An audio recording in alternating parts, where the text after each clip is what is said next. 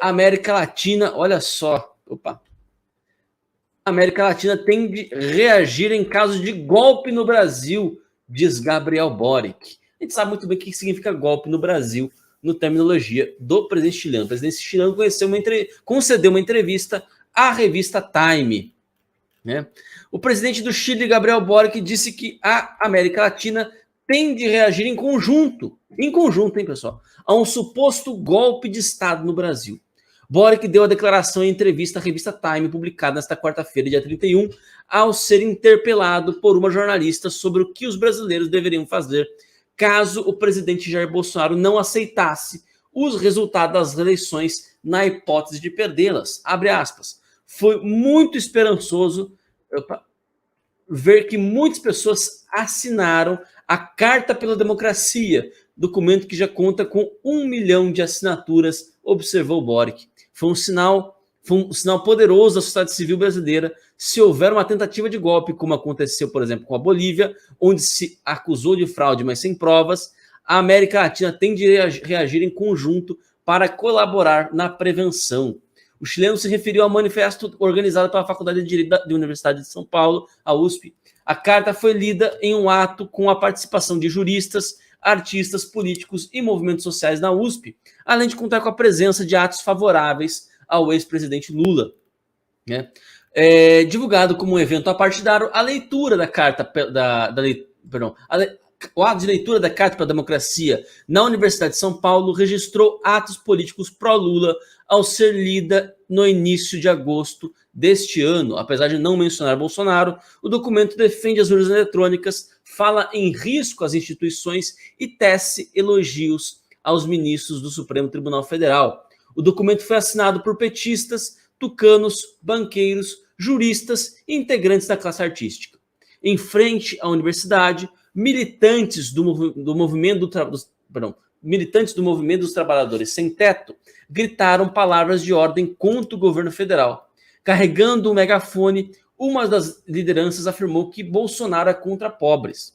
Nas dependências da faculdade, alguns manifestantes foram vistos exibindo mensagens contra Bolsonaro e outros com material de apoio a Lula. Em faixas no Átrio dos Arcos, os estudantes puseram cartazes com os dizeres: ditadura nunca mais e democracia sem fome. É muita cara de pau desse Boric, mas eu queria ouvir primeiro aí do Eduardo Meira, né? O que você está vendo aí? Como é que você vê essa manifestação do Boric? Você acha que pode dar alguma coisa ou é só bravata só? Ítalo, democracia sem fome deve ser o que está acontecendo lá na Venezuela, onde em apenas um ano a média de perda de peso da população foi de 11 quilos.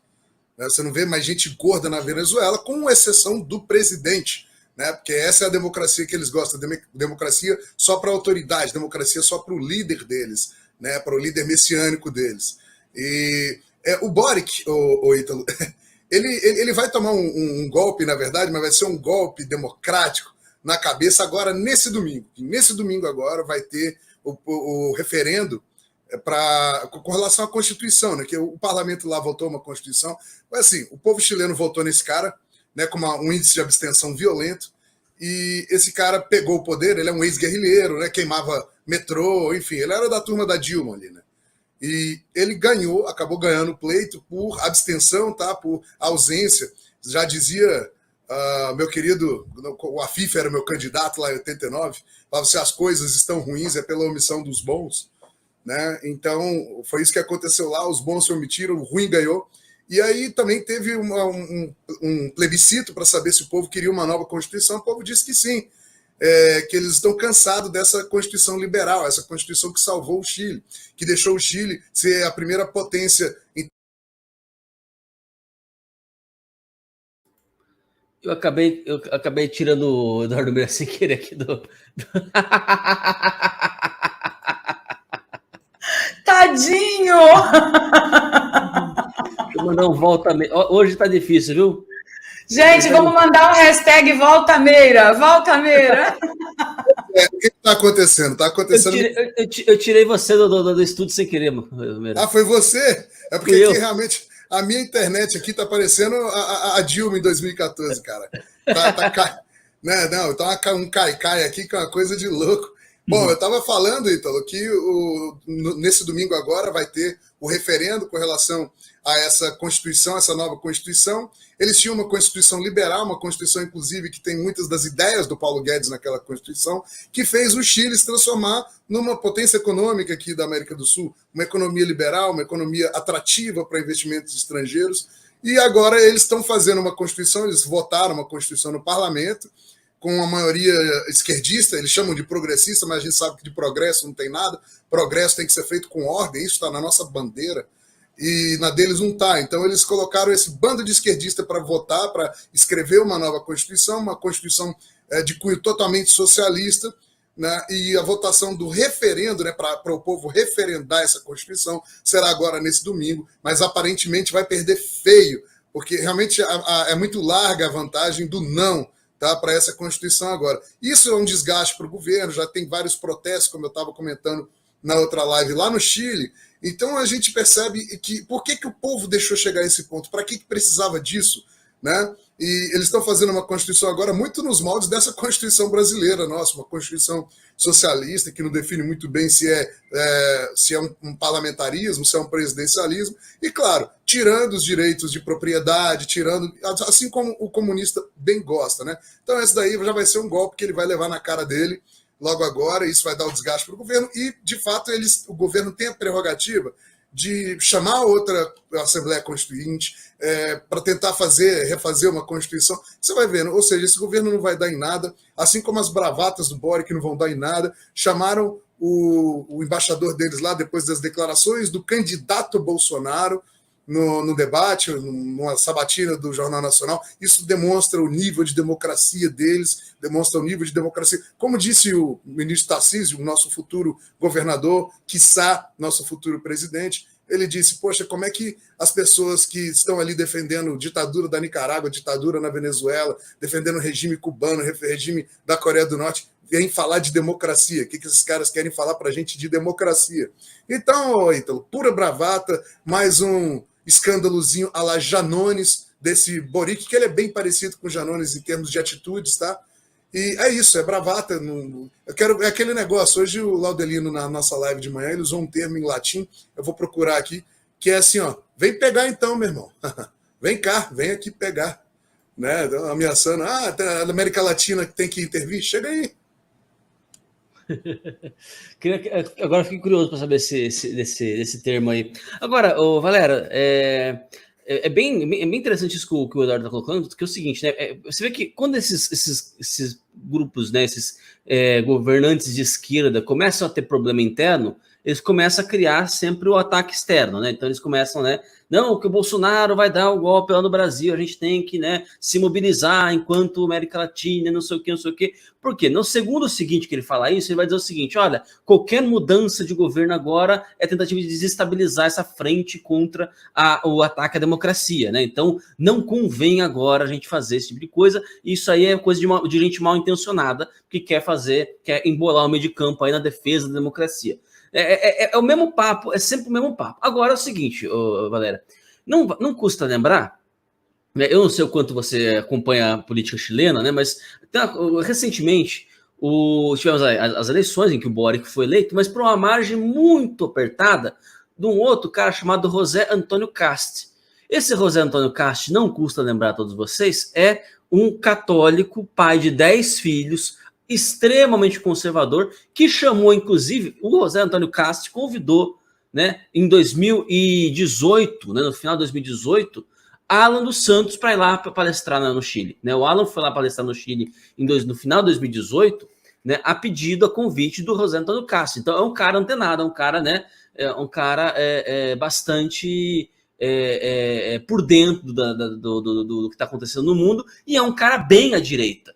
É um cara bem à direita, um cara bem conservador. Esse cara, né, ficou pau a pau ali com o Boric. Então tem uma parcela da população chilena que, de fato, né, quando a gente fala assim, porque o Chile votou e tá indo pro ralo e tal, né? Infelizmente tá com muitos problemas, mas uma parcela significativa da população chilena tá interessada, é conservadora, votou no Kast, né? Votou num cara que enfim, era o Bolsonaro deles lá, né? Eu queria te ouvir, Valério. Como é que você está vendo essa questão? Você acha que... porque por muito tempo a gente pensou assim, ó, pô, aquela onda conservadora parece estar arrefecendo, está esfriando, né? E agora parece que, enfim, né? Não é bem por aí. Eu queria te ouvir, Valéria. O que você acha? Olha, acima de qualquer coisa, a gente tem que lembrar de um nominho muito interessante que está andando por aí nos países que estão trocando seus líderes, tá? Chama Indra. Anotem aí e me peçam explicação disso depois das eleições. Indra é o nome. Espanha, Chile e outros países que foram mais à esquerda, apesar de os governos anteriores de esquerda terem destruído esses países e a voz conservadora ter ululado nas redes sociais, não apareceram nas pesquisas, apesar também de conservadores comparecerem em massa nos comícios públicos e nas andanças desses políticos conservadores. Anotem aí. Bom, tem que levar em consideração, isso foi uma declaração de guerra, apesar de tudo que o Ítalo falou, a gente tem que lembrar que alguns meses atrás, quando estava para acontecer o dia 7 de setembro do ano passado, colocou-se aí a boca pequena que alguns países vizinhos aqui do nosso Brasil dispuseram, né, deixaram à disposição seus exércitos oficiais, caso Bolsonaro tentasse dar um golpe. Então, essa falácia não é nova. Ano passado, isso aconteceu também em larga escala, chegando, inclusive, a envolver aí, tem que ter muito cuidado com o que eu falo, envolver aí a análise de alguns militares, né, o pessoal da segurança mesmo, da defesa. Então, eu ficaria bem com um olho no peixe, outro no gato. E sim, o Ítalo está totalmente coberto, completamente, exaustivamente de razão, quando ele fala a respeito do culpado da vez.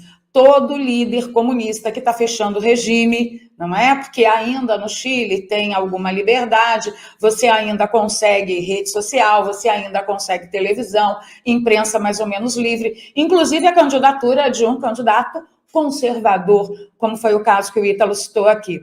Para eles, tem que ter o culpado da hora. Olha, não me tirem do poder, não, porque para a sua segurança, contra um golpe que Bolsonaro está pretendendo lá no Brasil, e se ele fizer isso, né, os Yankees malvadões nos jogarão na miséria, matarão nossas mulheres, escravizarão nossos filhos, e eles anunciam isso em larga escala, com a mídia corrompida dando, né, voz a isso, para a população menos privilegiada cair na esparrela e deixar de observar o que tem acontecido com a vida deles no decorrer dessas alegações.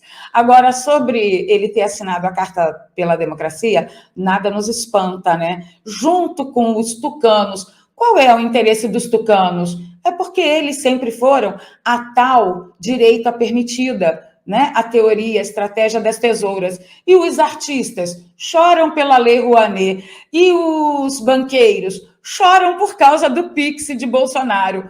E o MTST? Porque agora, meu amigo, você tentou invadir, você realmente vai enfrentar uma justiça bolsonarista, eu diria. Não, bolsonariana. Bolsonarista seria outra coisa. Uma justiça bolsonariana, ou seja, aquela que pega a lei como na vaca fria e coloca para ser cumprida. Ítalo. Perfeitamente, perfeitamente.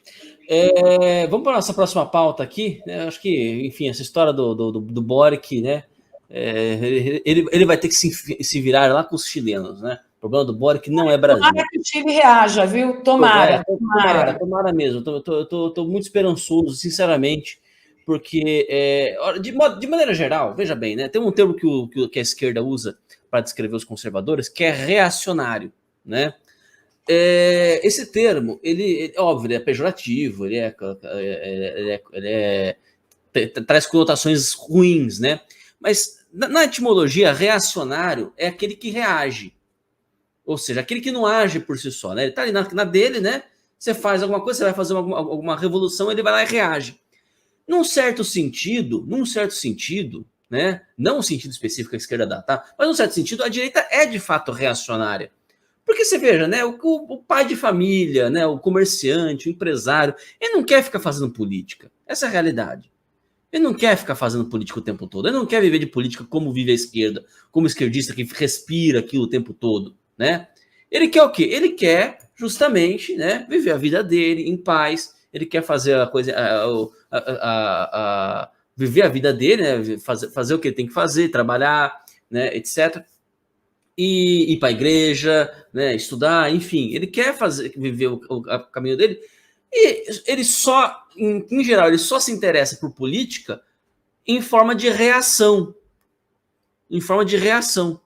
Então, eu vou dizer uma coisa para vocês. Eu acho que foi muito bom, do ponto de vista... Entendo o que eu vou dizer, tá, gente? Só para vocês não ficar... para a coisa não sair do sentido que eu quero dar, tá?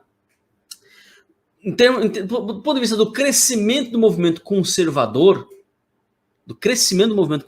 óbvio que isso custou, em termos humanos, muito, muito, tá? Custou muito. Infelizmente, é isso. Mas o movimento conservador nos Estados Unidos, por exemplo, cresceu muito com o Biden. Cresceu muito. Não cresceria tanto assim com o Trump. O Trump ia continuar sendo situação, ia continuar sendo janela. Né? E eles iam desgastar o Trump. Essa é a realidade, iam desgastar o Trump. Né? Então, ele ia virar uma experiência ruim. Depois de 8 anos, mesmo que as coisas estivessem bem lá, ele acabar virando uma experiência mal vista, né? E o sucessor dele não ia viver à altura e a coisa ia degringolar, né? Tendo tido o Trump e agora o Biden, você tem uma coisa muito mais próxima de comparação, um fator muito mais próximo de comparação. Eu acho que o Boric é a mesma coisa no Chile, né? Você teve a vida inteira, você teve o Chile, né? O Chile como uma das maiores economias da América Latina. Agora você tem o Boric que tá destruindo as coisas. Quem antes era omisso tá acordando. Então eu creio sinceramente que esse elemento aí de teste, né? De angústia que o Boric adiciona aí para o povo chileno, acaba fazendo com que o povo tenha mais reação do que um cara um pouco mais como Cast, né? Talvez virasse janela, né? Ia tomar muita pedrada. A população chilena claramente não está culturalmente preparada para lidar com o mundo inteiro. Isso é um fenômeno ainda novo, né? O mundo está percebendo agora um negócio chamado globalismo. O mundo está percebendo agora um negócio chamado que a gente pode chamar, né, de marxismo cultural, entendeu? O mundo está percebendo agora. A gente está acostumado com o quê? Com o marxismo, com o comunismo, né, linha dura de Gorbachev, que inclusive morreu essa semana, né? Que o Gorbachev acabou, né? O mundo está acostumado com esse tipo de regime. E agora que você vê, né, as pessoas percebendo o que está acontecendo. Né? Então, talvez esse movimento aí de vai e volta cria um fator de comparação muito importante para as pessoas. Então eu tenho bastante confiança, viu, Valéria e Meira? Tenho bastante confiança de que talvez isso possa gerar um benefício, né?